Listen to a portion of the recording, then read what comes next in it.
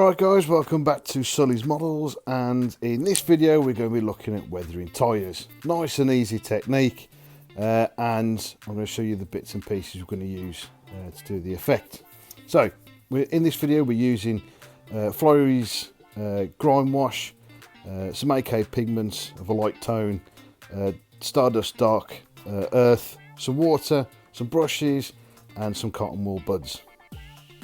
Oh yeah, and a tyre. Okay, so we're starting obviously with our painted tyre. I have actually put a gloss varnish down first, because I find this helps me a little bit with putting this wash on.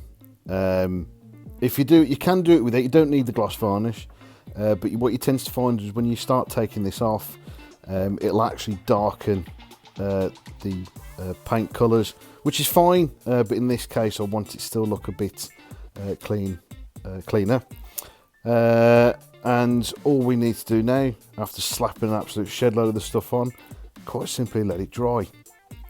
Now after it's dried, all we need to do now is get a cotton wool bud and start wiping away the excess, leaving it in the areas that are recessed, cleaning up just like basically the tyre walls and the main treads of the tyre. So next we move on to the pigments. So we're going to use AK European Earth and Stardust Dark Earth. Mix it to the consistency you want, or tone I should say, so darker or lighter. Mix it in with some water. Fuse it thick.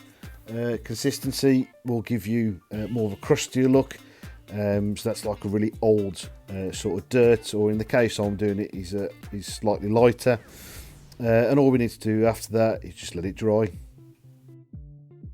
Okay, so now I'm going to show you a few different versions you could have your tyres weathered, just as a bit of a reference. So you can have like a full caked in dirt tyre, so basically leaving it as it is, or you can have it so it's been running down the road a little bit for a short while. So we've got nice clean tyre tread. So same as before, we'll use a cotton bud with a little bit of water on there and just remove the dirt from the treads. So we've got something looking a little bit like that.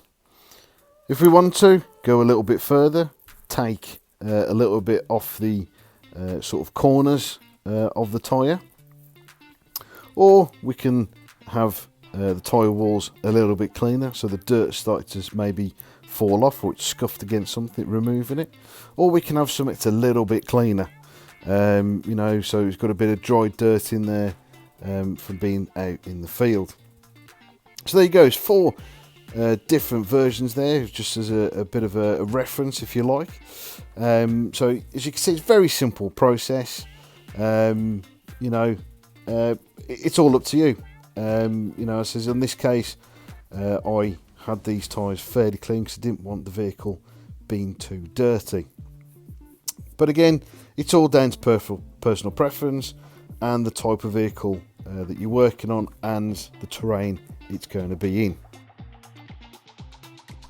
So like you can see in this version on the Skimmo Pioneer, you know, it's a little bit dirtier. I've only really removed around the tyre treads and a little bit within the hub itself. So as again it says, it's all down to personal preference and the way you want your model to look.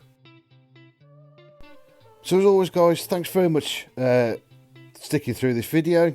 If you guys have got any questions, comments, queries, whatever, please leave them in the comment section below and I'll get back to you as soon as possible.